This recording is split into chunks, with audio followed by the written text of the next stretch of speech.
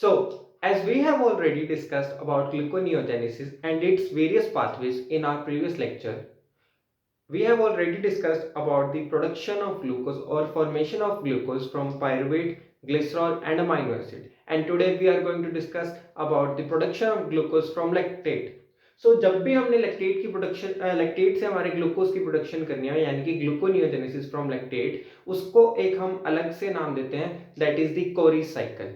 अब उस चीज को समझने से पहले सबसे पहले हमें ये समझना होगा कि हमारी बॉडी में लैक्टेट की प्रोडक्शन कैसे होती है। तो पहले हम उस पर ध्यान देते हैं देन हम मूव ऑन करेंगे हमारे कोरी साइकिल पे। तो सबसे पहले बात करते हैं एरोबिक मोड में। एरोबिक मोड में जैसा कि हमें पता है एरोबिक कंडीशन में हमारे पास ऑक्सीजन प्रेजेंट होती है, ठीक है। अब ऑक्सीजन प्रेजेंस होने के कारण जो हमारा ग्लूकोज था पाइरुवेट में कन्वर्ट हुआ by the process of pathway that is glycolysis, ठीक है।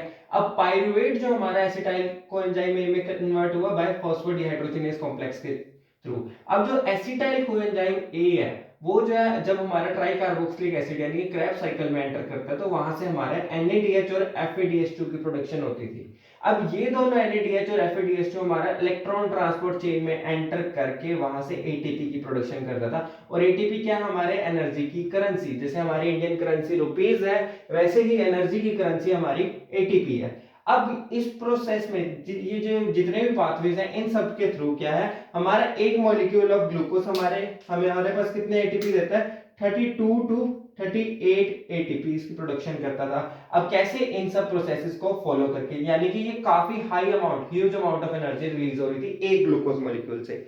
लेकिन मान लो मैं रनिंग कर रहा हूँ कोई एक्सरसाइज कर रहा हूँ तो वहां पर मसल क्रैम्प हमने सुना होगा, तो वो किस कारण होता है हमारे लैक्टिक एसिड यानी कि लैक्टेट की प्रोडक्शन के कारण ही होता है। बेसिकली वो किस कारण होता है एनएरोबिक कंडीशन के जनरेशन के कारण। तो एनएरोबिक मोड में हमारा ऑक्सीजन एब्सेंट होता है। अब जब एब्सेंट होगा तो in case of intense exercise muscle become deprived of oxygen, muscle के पास यानी कि मसल के सेल्स के पास ऑक्सीजन की कमी हो जाती है।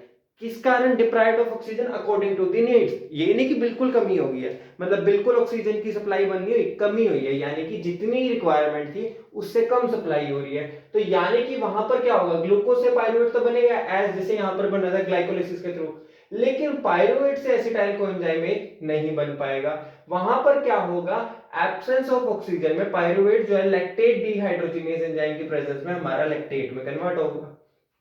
अब जब ये प्रोसेस ये पाथवे आएगा तब वहां पर एक मॉलिक्यूल ऑफ ग्लूकोज हमारा कितना एटीपी प्रोड्यूस करेगा सिर्फ 2 एटीपी। यहां पर 32 टू 38 एटीपी था, यहां पर 2 एटीपी, काफी लो एनर्जी प्रोड्यूस हो रही है।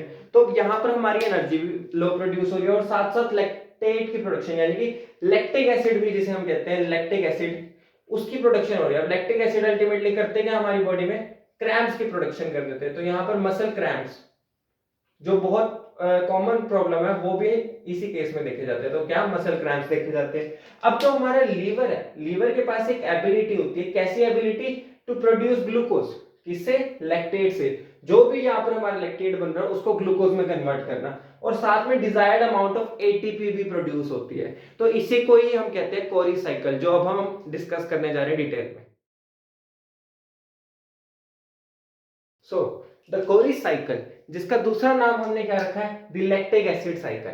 अब ये है क्या, ये क्या है बेसिकली एक मेटाबॉलिक पाथवे है। क्या है एक मेटाबॉलिक पाथवे है जिसके अंदर हमारा लैक्टेट क्या हमारा लैक्टेट जो भी प्रोड्यूस होगा, प्रोड्यूस कैसे होगा सबसे पहली बात जो कि अभी हमने डिस्कस करा दैट इज एनाएरोबिक पाथवे में हमारा जो है मसल के अंदर जब भी एनाएरोबिक रेस्पिरेशन होती है यानी कि इंटेंस एक्सरसाइज के टाइम लैक्टेट प्रोड्यूस होता है। अब वो जो लैक्टेट प्रोड्यूस होगा वो क्या करेगा लीवर में मूव करेगा और वहां पर लीवर में मूव करने के बाद वो क्या हो जाएगा ग्लूकोज में कन्वर्ट हो जाएगा यानी कि ग्लूकोनियोजेनेसिस फ्रॉम लैक्टेट। अब वो सिर्फ लीवर में हो रही है, ठीक है। विच रिटर्न्स टू दी मसल, जब वहां पर ग्लूकोज बन गया वो ग्लूकोज क्या आएगा मसल्स के पास वापसी आएगा और वो दोबारा मेटाबोलाइज होकर लैक्टेट में बदल जाएगा। अब इस मैकेनिज्म को हम स्टेप वाइज समझते हैं। सबसे पहली बात देखो ये क्या है मेरा एक मसल सेल है और ये क्या है मेरा लीवर है। तो हुआ क्या इस मसल सेल के अंदर जो मेरा कोई इंटेंस एक्सरसाइज कर रहा है तो इस मसल सेल के अंदर जो मेरा ग्लूकोज था अब ये ग्लूकोज क्या कर रहा है मेरा जो है पाइरुवेट में कन्वर्ट हो रहा है, ठीक है। कौन से पाथवे हो गया दैट इज ग्लाइकोलिसिस। जब भी ग्लाइकोलिसिस में डायरेक्ट 2 एटीपी की प्रोडक्शन होती है, ठीक है, वेरी गुड। अब वो पायरुवेट जो है मेरा दो पार्ट्स में टूट गया, एक तो लैक्टेट में कन्वर्ट हो गया, दैट इज लैक्टेट डिहाइड्रोजिनेज की प्रेजेंस में, दूसरा ट्रांसअमाइनेशन करके एलानिन में कन्वर्ट हो गया। अच्छा, ये बात होगी। अब ये पूरा स्टेप जहां पर लैक्टेट हो रहा है, दो सिर्फ 2 एटीपी बन रहा है, तो वो क्या होगी, एनाएरोबिक ग्लाइकोलिसिस। ये क्या था, एनाएरोबिक ग्लाइकोलिसिस होगी। अब यहां से जो लैक्टेट प्रोड्यूस हुआ वो मेरे ब्लड में एंटर कर गया। अब इस ब्लड के अंदर मेरा ये लैक्टेट प्रेजेंट है, ये ब्लड के थ्रू होके लीवर में पहुंच गया। वही साथ ही साथ एलानिन जो कि मेरे ब्लड में एंटर करा था, वो अगेन मेरे लीवर में एंटर कर गया। अब ये एलानिन अगेन ट्रांसएमाइनेशन करके पायरुवेट में कन्वर्ट हो गया, और जो लैक्टेट है मेरा पायरुवेट में कन्वर्ट हो गया लैक्टेट डिहाइड्रोजिनेज कॉम्प्लेक्स की मदद से। तो अब जो पायरुवेट मेरा यहां बना था वो मेरा यहां पर लीवर में पहुंच गया। कैसे पहुंचा, लैक्टेट की फॉर्म में ब्लड के थ्रू ट्रांसफर हुआ, यानी कि अल्टीमेटली हम लैक्टेट से ही सिंथेसिस कर रहे हैं। तो अब वो पायरुवेट अगेन ग्लूकोनियोजेनेसिस जो हमने करी ली थी, पायरुवेट से ग्लूकोज कैसे बनाना हम ऑलरेडी पढ़ चुके हैं, तो यहाँ पर ग्लूकोज बन गया। अब इस स्टेप में सबसे इंपॉर्टेंट बात होगी 6 एटीपी का यूज होता है, यहाँ पर 2 एटीपी प्रोड्यूस हो रहे थे। अब ये जो ग्लूकोज यहाँ पर बना अगेन मेरे ब्लड में एंटर करेगा, ब्लड में एंटर करा, फिर वहां से वो क्या दोबारा मेरे मसल सेल पे पहुंच गया और दोबारा मेटाबोलाइज होकर लैक्टेट में बदल गया। तो इस पाथवे को हमने, ये पूरा मैकेनिज्म हो गया, ठीक है। अब इस मैकेनिज्म को समझ चुके हैं, तो जब मैंने कहा मेन साइट मेरी क्या है, लीवर, तो इस वे में जो लीवर है वो क्या है, एक मेटाबॉलिक स्ट्रेस, यहाँ पर मेटाबॉलिक स्ट्रेस बन रहा था, लैक्टिक एसिड ज्यादा होएगा तो क्या होएगा, मसल क्रैम्प्स होएगी। अब मसल क्रैम्प से बचाने के लिए विग्रेस एक्सरसाइज के टाइम जो मेटाबॉलिक स्ट्रेस हो रहा था ड्यू टू मसल, मतलब ड्यू टू लैक्टिक एसिड जो कि मसल क्रैम्प कर रहे थे, उससे प्रिवेंट कर रहा है हमारा लीवर। तो यहाँ पर इसकी इंपॉर्टेंस क्या होगी, जो इंपॉर्टेंस की बात करें तो जो मेरी कोरिस साइकिल है उसका जो कंट्रीब्यूशन है वो क्या है, लैक्टेट को ग्लूकोज में प्रोड्यूस करना, ठीक है। अब वो जो प्रोडक्शन है लैक्टेट से ग्लूकोज की प्रोडक्शन है वो बढ़ जाती है, इंक्रीजेस विद फास्टिंग, जैसे जैसे बंदा स्टारवेशन की कंडीशन पे होता है या फास्टिंग बढ़ती है तो उससे जो है इसकी इंपॉर्टेंस और ज्यादा बढ़ जाती है। अब ये कब होएगा, जब ये फास्टिंग ड्यूरेशन या तो 12 घंटे, 20 घंटे या 40 घंटे तक जाएगी, मतलब 12 घंटे से ज्यादा का टाइम हो जाएगा। और जैसे जैसे टाइम बढ़ेगा, फास्टिंग का टाइम जैसे जैसे बढ़ेगा वैसे ही उसकी इंपॉर्टेंस भी बढ़ जाएगी, उसकी एफिशिएंसी भी बढ़ जाएगी। जैसे अगर 12 घंटे की स्टारवेशन, 12 घंटे की फास्टिंग है तो 41% कंट्रीब्यूट करती है, अगर 20 आवर्स की है तो 71%, और 40 आवर्स की है तो 92% तक उसका कंट्रीब्यूशन है। तो that's the importance of Cori cycle. अब हमने यहाँ पर कहा 2 एटीपी मेरे प्रोड्यूस हो रहे हैं, यहाँ पर 6 एटीपी यूटिलाइज हो रहे हैं। तो अगर हम बात करें how much ATP is used, तो 2 एटीपी तो प्रोड्यूस हुए, 6 एटीपी कंज्यूम हुए, तो ओवरऑल नेट कितना हुआ, 4 एटीपी, यानी कि 4 एटीपी का नेट लॉस हुआ हर एक साइकिल में। तो जब 4 एटीपी का मेरी हर एक साइकिल में लॉस हो रहा है तो ये कैसा प्रोसेस है, एनर्जी कंज्यूमिंग प्रोसेस है। तो इतना क्लियर हुआ हमें कोरी साइकिल के बारे में। अब हम बात करेंगे इसकी सिग्निफिकेंस की।